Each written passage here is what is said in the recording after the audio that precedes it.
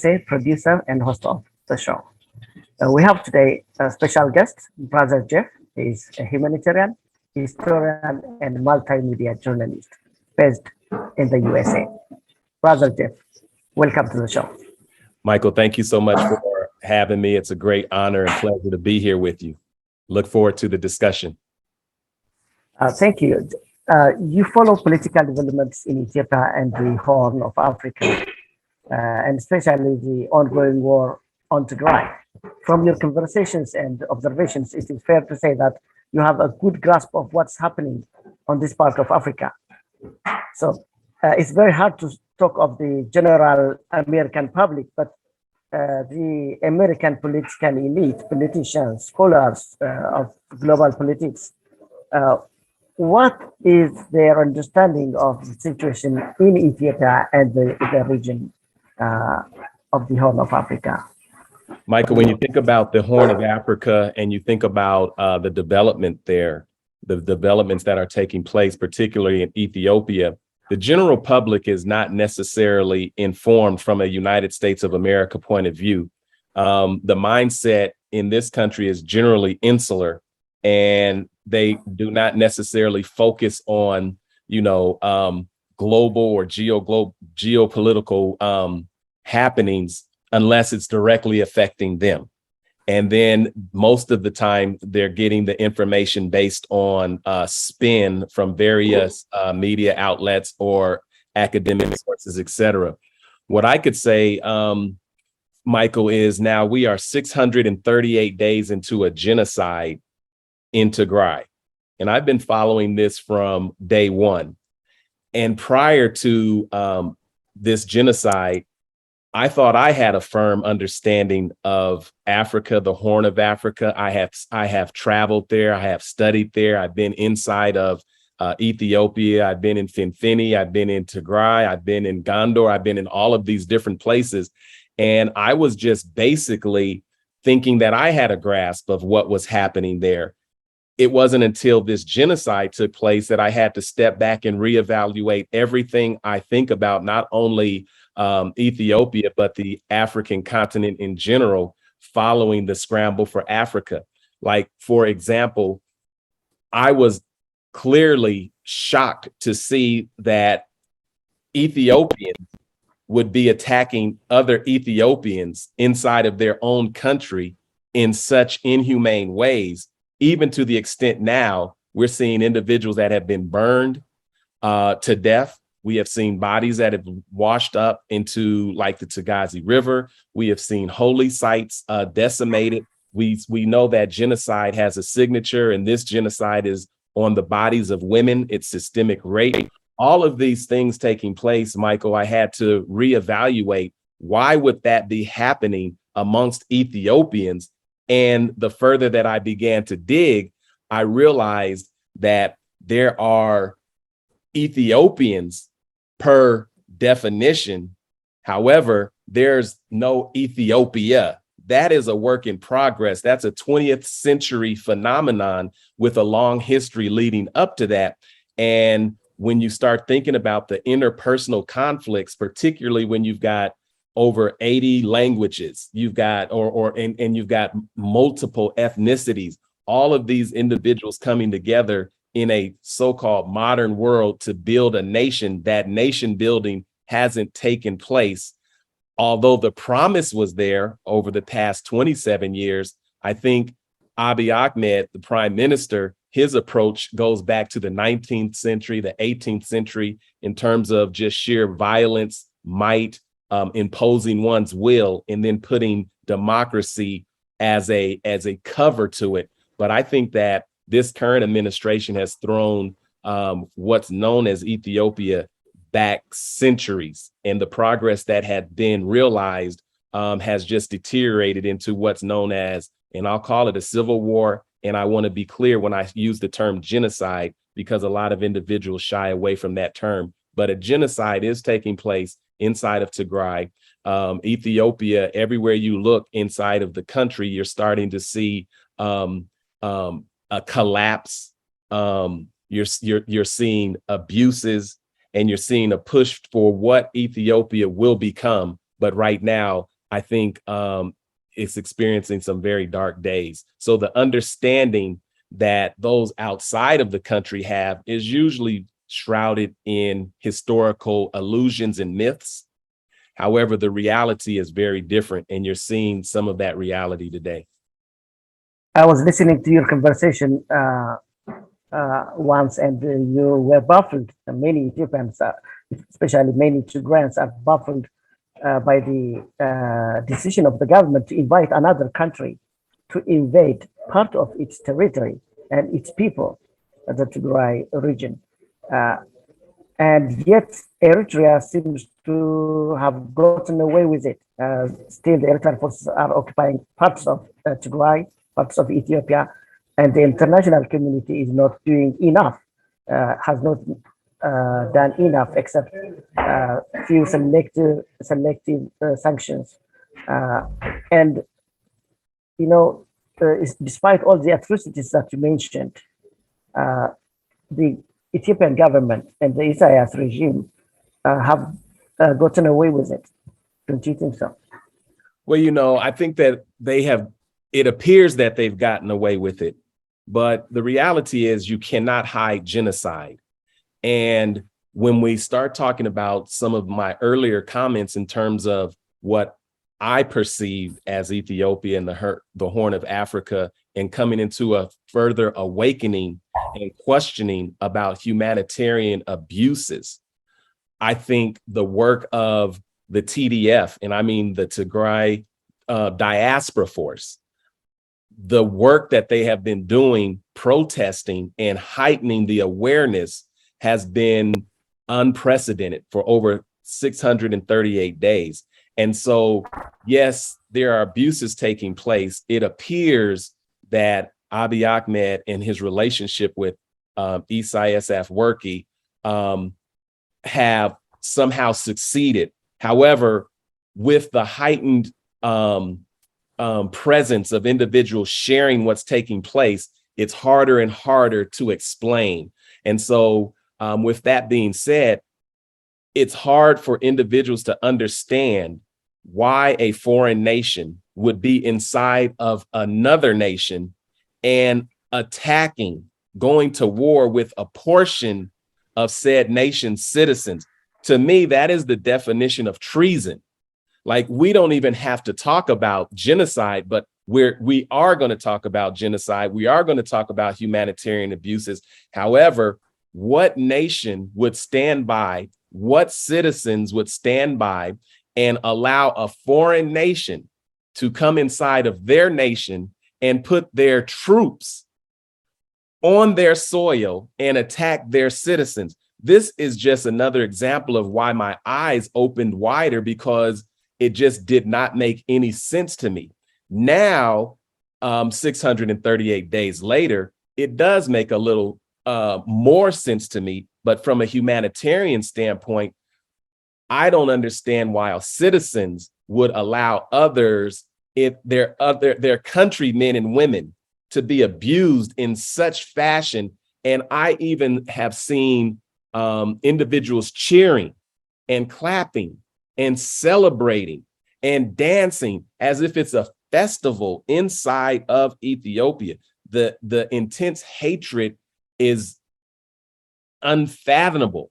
However, think about Eritrea and think about Isaias Afwerki and think about him coming into Ethiopia in general. Many don't understand it was Isaias Afwerki and the TPLF and others that fought against the Derg, which means committee, and all of that, which liberated the country from these incredible abuses.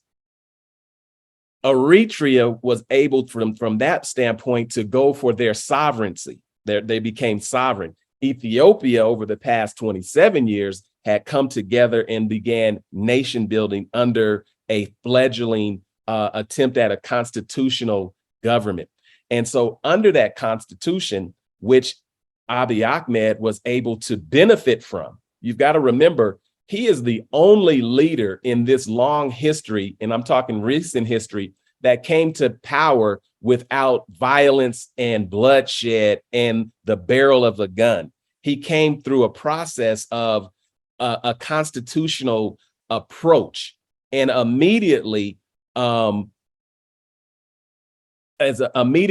he came into power, he went right back into this violent approach of attacking not only the individuals who brought him to power, but then a long vengeance against the Tigray community, and in partnership with Isaias Afwerki and Eritrea, where they've had a long history of not having a relationship.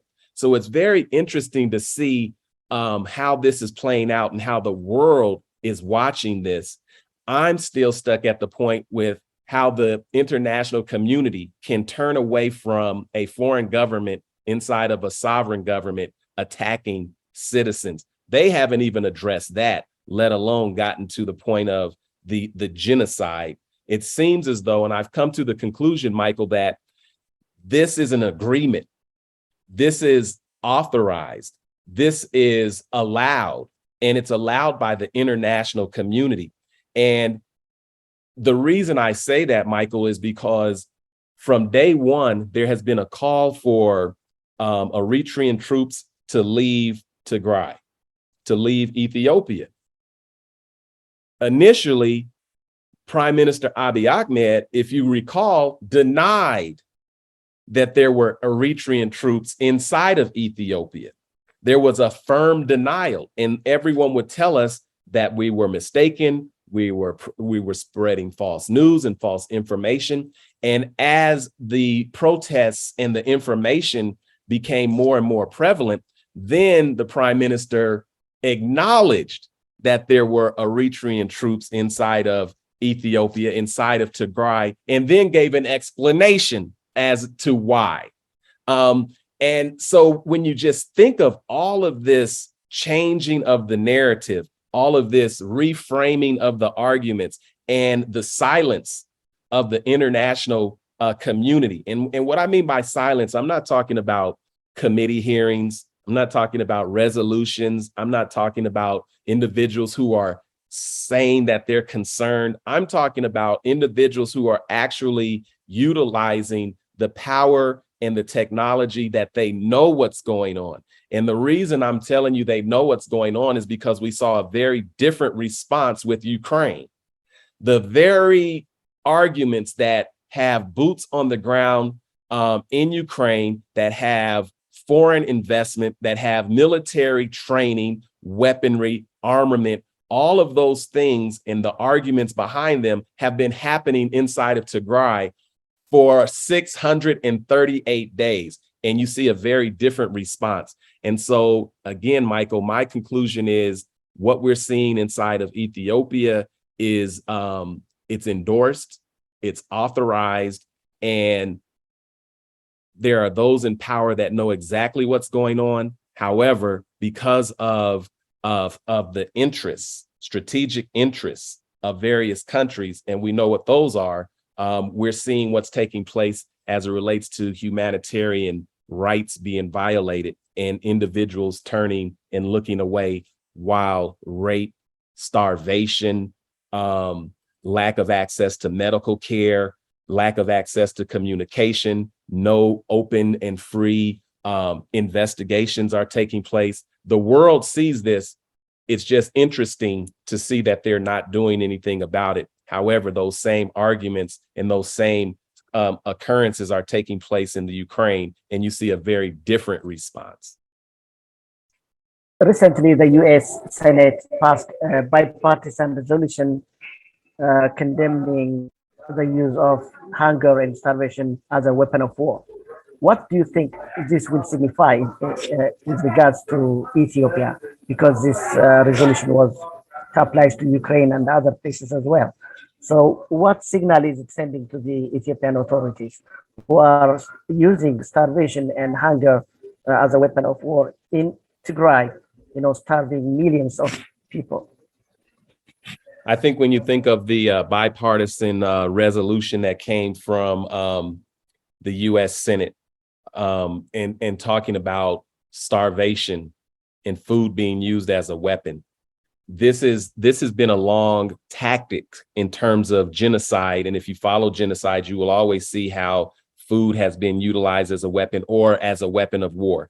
The US Senate has come together and they've put this bipartisan resolution together to condemn that.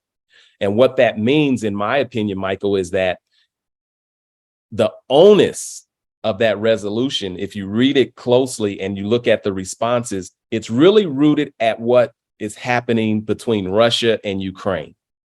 That is the major story right now. You've got to remember that Ukraine is, in many regards, the breadbasket of much of the world.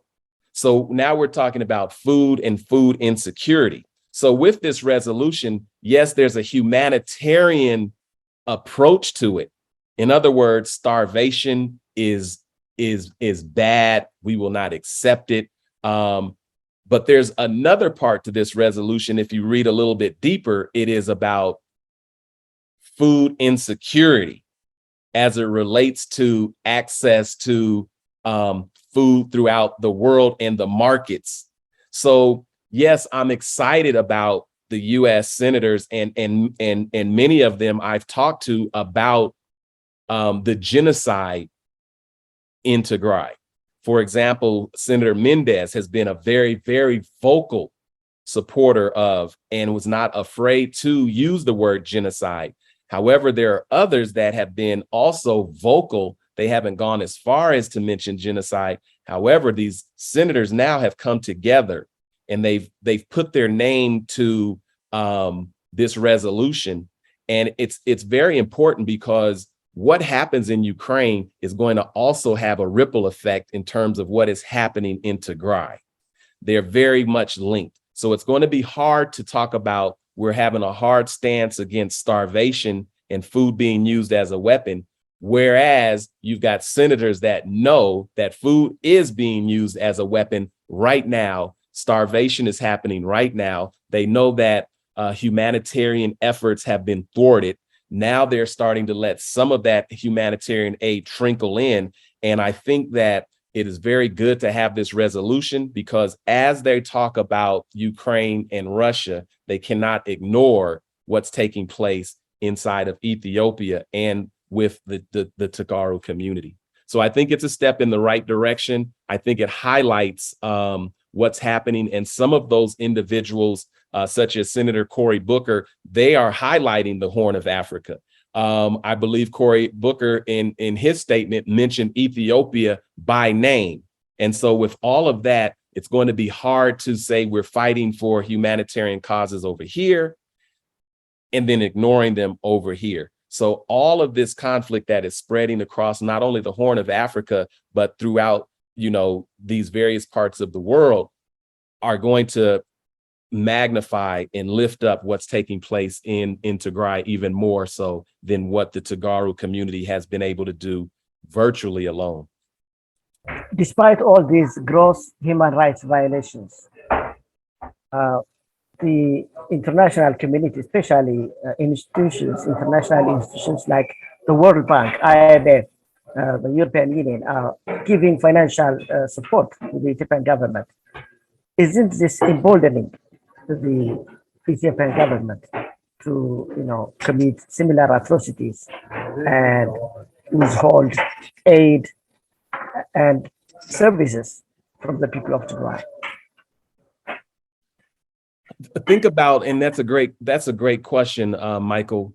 Think about what you just mentioned, the IMF and other funders continually funding a nation that is engaging in genocide.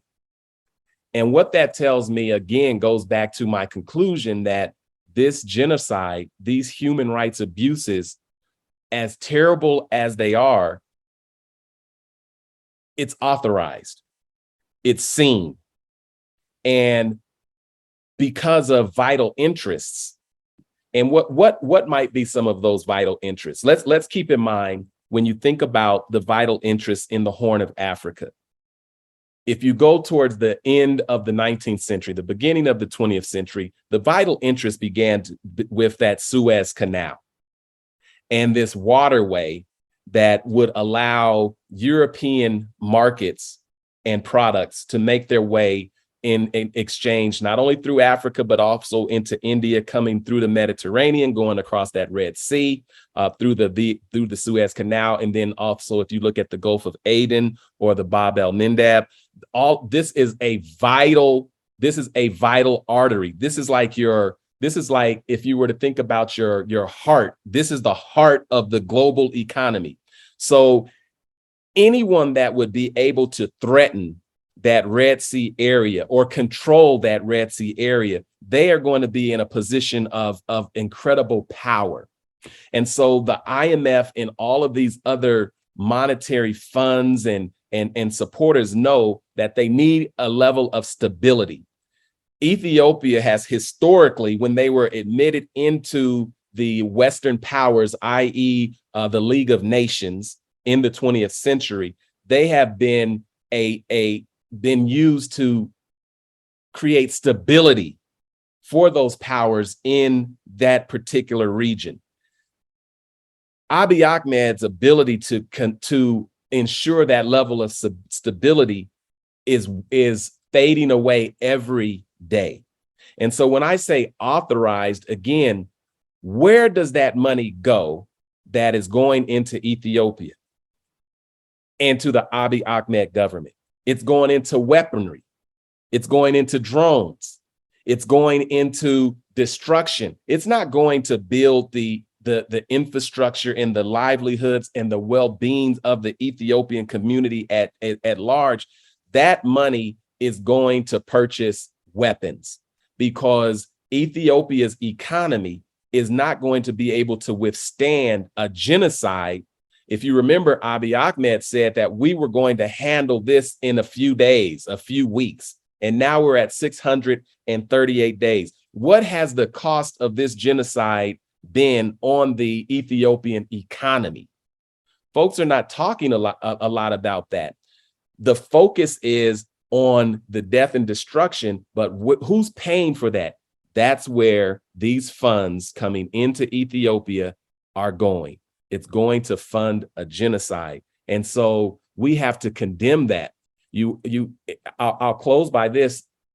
The Ethiopian credit rating from an international standpoint, it was one of the fastest growing economies on the continent.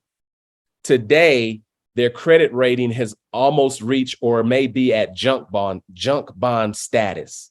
And so with that being said, it's not only a civil and human destruction, it's an economic destruction.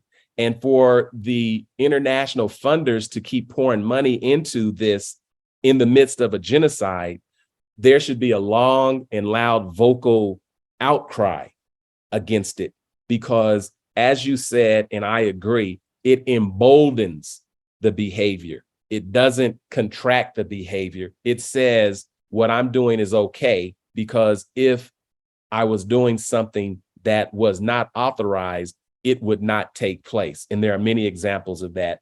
And so, yes, those dollars are going to fund a genocide, and we need to raise our voices as humanitarians and say that we reject dollars, particularly in our name, being spent in that way.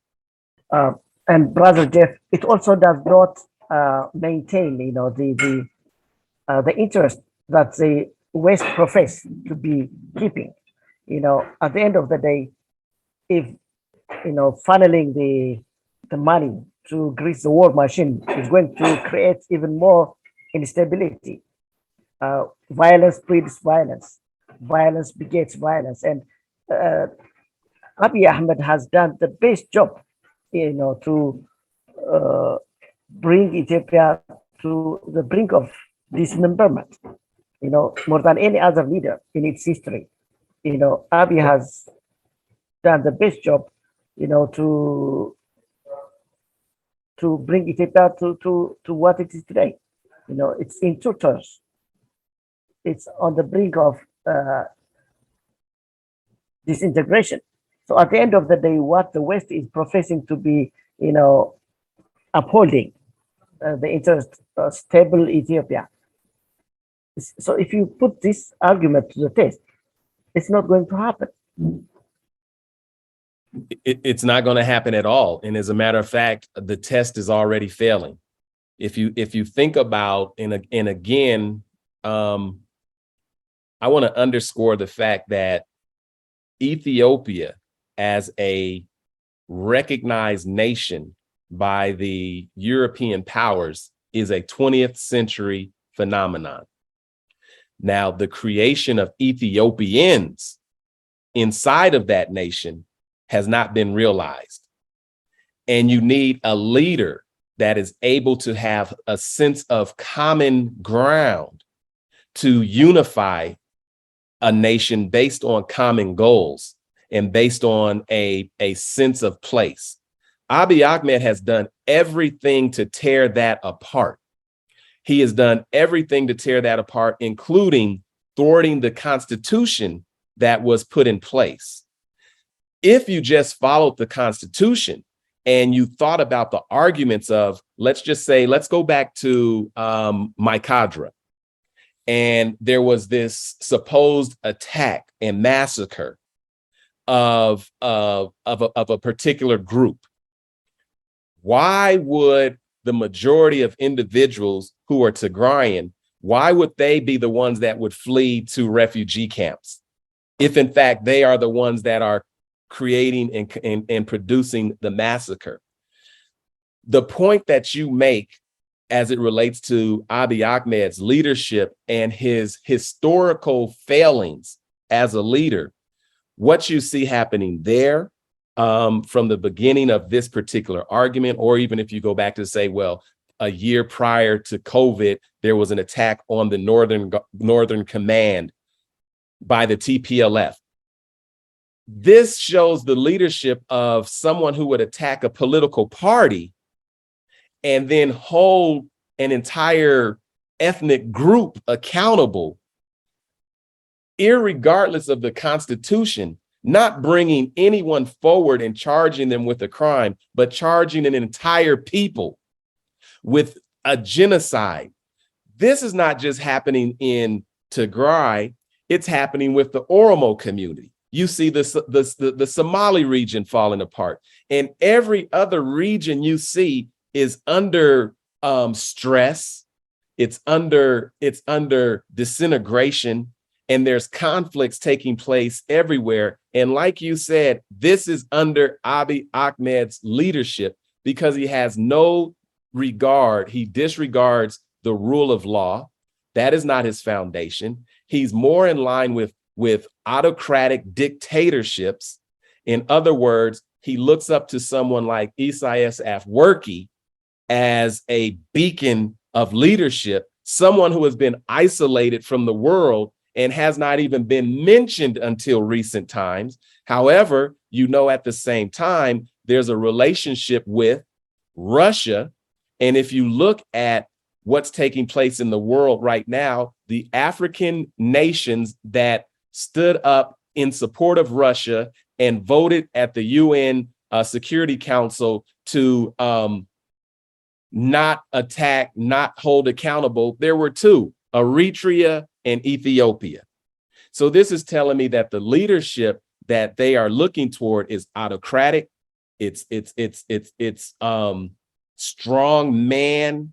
It's I will beat you down and I will do everything to destroy you, as opposed to dealing with ideas, bringing folks together, and having these discussions handled at a democratic ballot box level.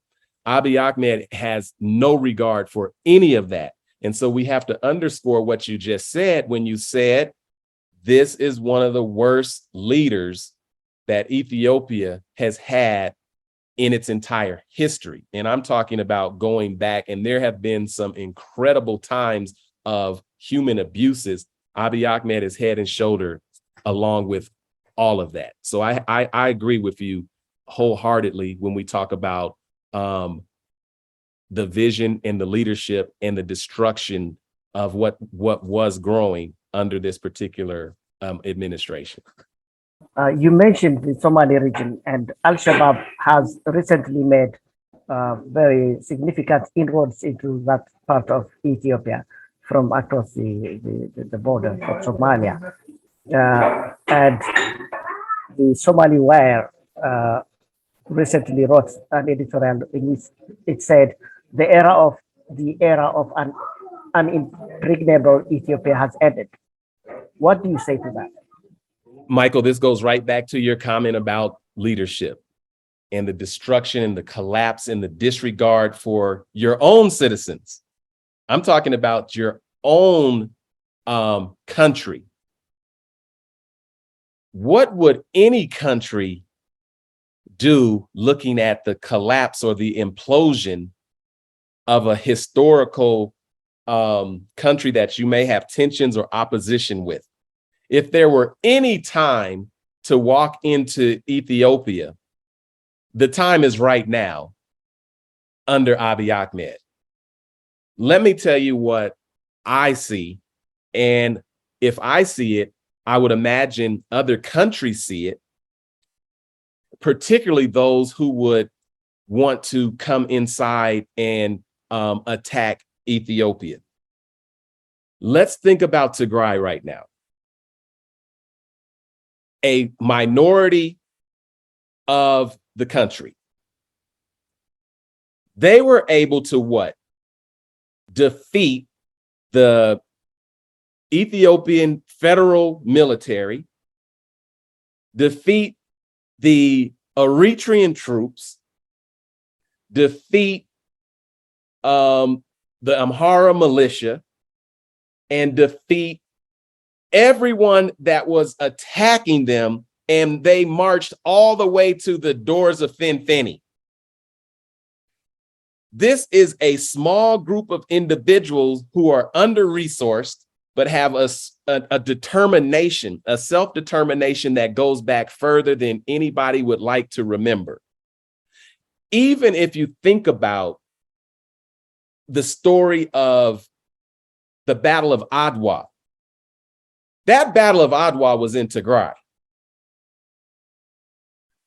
And when you think of the Battle of Adwa, yes, that was a battle where a European so-called force was defeated by an African force. But prior to the Battle of Adwa, you have Alula and those troops actually defeating Europeans in Tigray. Italy, Egypt, and we can go on and on about those who have attempted to attack Tigrayans.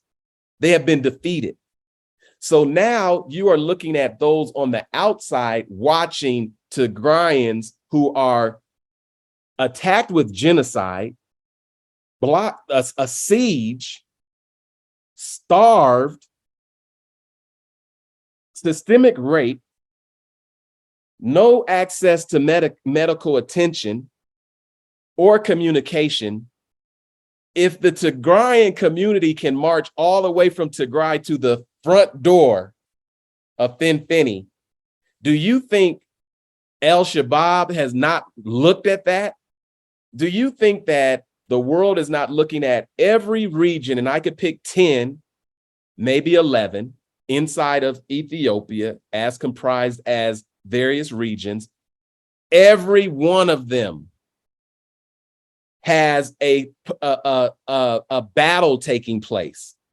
So if we go back to my earlier argument that the Western powers have used Ethiopia as a bulwark against ideologies that would threaten the current reality in terms of economic markets, etc., then this is the time for Al-Shabaab and anyone else to walk, not fight into Ethiopia, walk into Ethiopia. Not in, and if you think Eritrea and Isaias Afwerki have joined forces with Abiy Ahmed to become Ethiopians, I see this as This is even better than a Trojan horse. You've invited my troops into your land. And I guarantee you, many of them are not leaving. So if you think of sleeper cells, if you think of those who were attacking from the outside, now on the inside, this is a bad time for Ethiopia to be so divided. And if you think about the Tigray community, those individuals were some of the most staunch Ethiopians I had ever met. I didn't even know they were Tigrayan. But now what are they saying? Who are we? Tigray. Who are we? Tigray. I can't find one person who says that they are Ethiopian today. And so if you have that force that has separated, and I believe there will be a referendum where eventually they will vote either to leave or they will fight to leave, because there's no way that you can negotiate and come to terms with people who have had their mothers, their daughters, and their children raped, their crops destroyed, their livelihood destroyed. It's going to be a long time before you could sit down and reconcile some of those different dynamics. And what this allows is other organizations, other countries, other ideologies, other individuals that would want to penetrate that area and capitalize on those resources to not fight their way in, but to walk their way in. So it's not surprising to me, Michael, when you have El Shabaab and others saying, you know what, this is our time to go in. Why? Because Abiy Ahmed is busy fighting his own. And when you find those fighting amongst themselves, it's the best time to come in and to take advantage of all of them. So much so to where people don't even know where Abiy Ahmed is right now at this very moment. And finally, now there is hope and talk of peace negotiation, despite the fact that the points of divergence are so big that that it doesn't seem there is any, narrowing down on the agenda, on the venue of the meeting, and even the mediators, but particularly on the agenda and whether there should be precondition or not, and whether the services, the siege should be lifted, and that services should be, allowed. So, given all these divergences, and having seen, the track record of the Ethiopian government, do you think this will happen? Well, we all are optimistic about peace, but are we realistic about peace? The reality is there will be no peace until the end of a genocide. Like there cannot even be a discussion of peace without acknowledging and coming to terms with this genocide. And I use that term intentionally. Peace will take place when those individuals are able to sit at the table and be honest about what happened and why what's happening is happening. And I think that Ethiopia is a long way away from that. I would encourage that those who are saying stop the genocide, demand that the genocide be stopped. Don't stop fighting.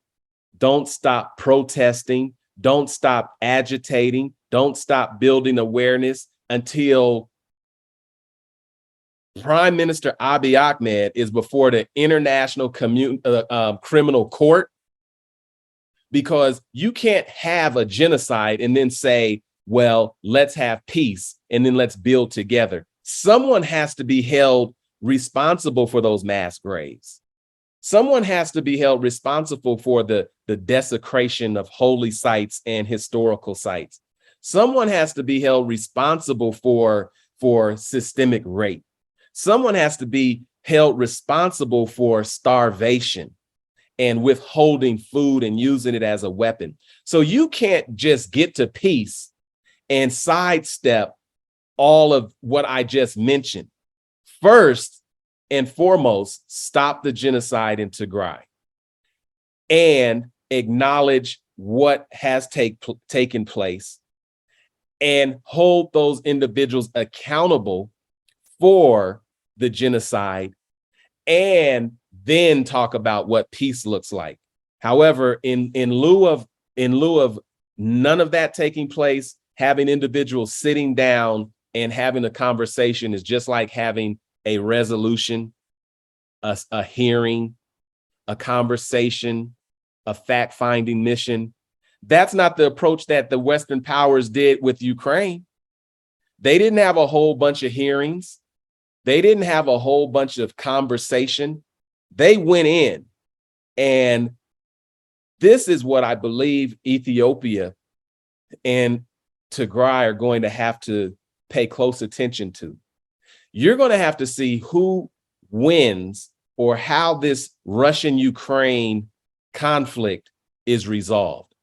Because depending on how it's resolved, it's going to play out in the politics of Ethiopia. For example, Isaias Afwerki and Abiy Ahmed have clearly aligned themselves with Russia. So they better hope Russia is victorious. Because if Russia is not victorious, they are going to find themselves in the same dilemma as Ethiopia found itself in when Britain and France and Italy came together and decided that it was okay for Italy to attack Ethiopia and occupy it. The only thing that turned that around was Mussolini sided with Hitler and was on the wrong side of that conflict. And at the end of that conflict, that's why you have a Somali region inside of what's known as Ethiopia, because that Somali region was attached to Italy. And if you also think about Eritrea, it's attached to, well, Italy. How did it become a part of Italy? Because of Menelik II, who was simply an extension of Western powers, which goes all the way back to his grandfather, Haile Selassie.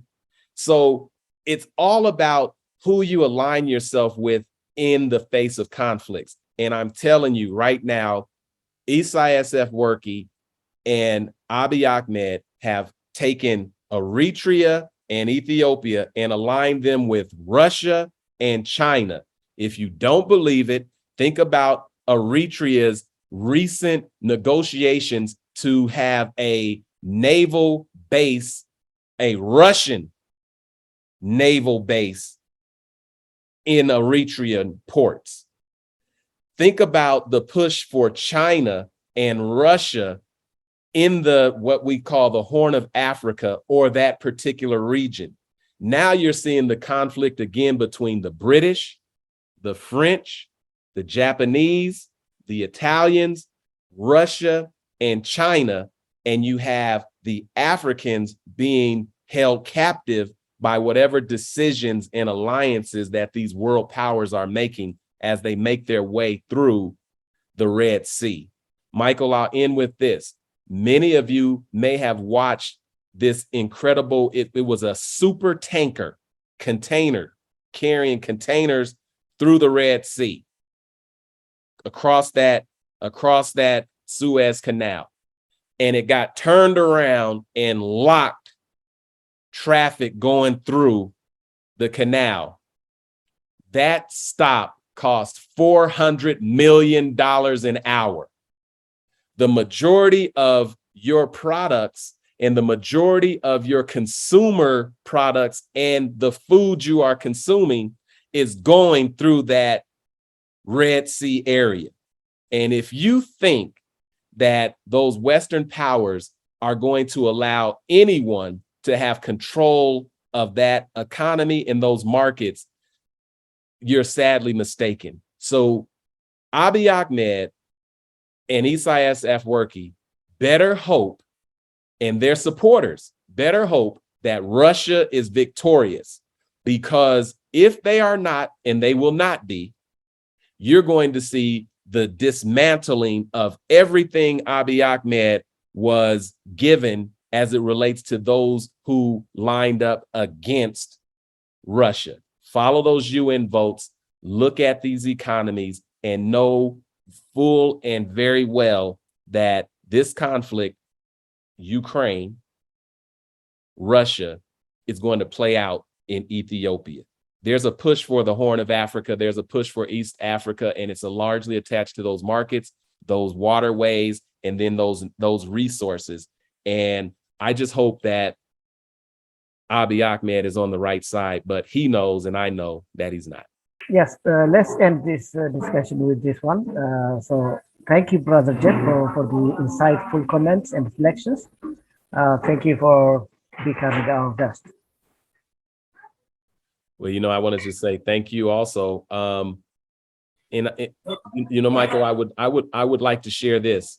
The work that the individuals like yourself and others are doing in the diaspora is life-saving. There may be a sense of we're not getting where we want to get as fast as we want. However, there is traction being made. There are more people talking about Tigray all over the world, and it's because of the activism and the work that you and many others are doing. I would say, don't give up, don't let up, don't put down all of the things that have gotten you to this point, because when they want you to have a conversation, it's because they want to regroup. They want to circle back, and they want to fortify their positions. I'm saying keep moving forward, keep pushing, and know that Tigray Tisser, and know that you've got individuals throughout the diaspora who are humanitarians, who are saying stop the genocide. And most importantly, individuals need to know that there's a strategy to divide individuals and then have you as the Tigrayan community, the Tagaru, fighting amongst yourselves. And there's always those that would plant those seeds of division.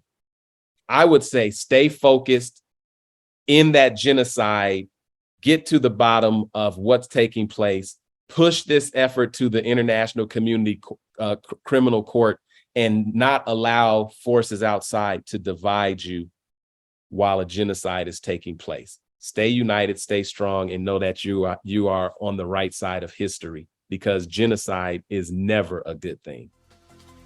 Great words of encouragement, really. And thank you for the question. Thank you.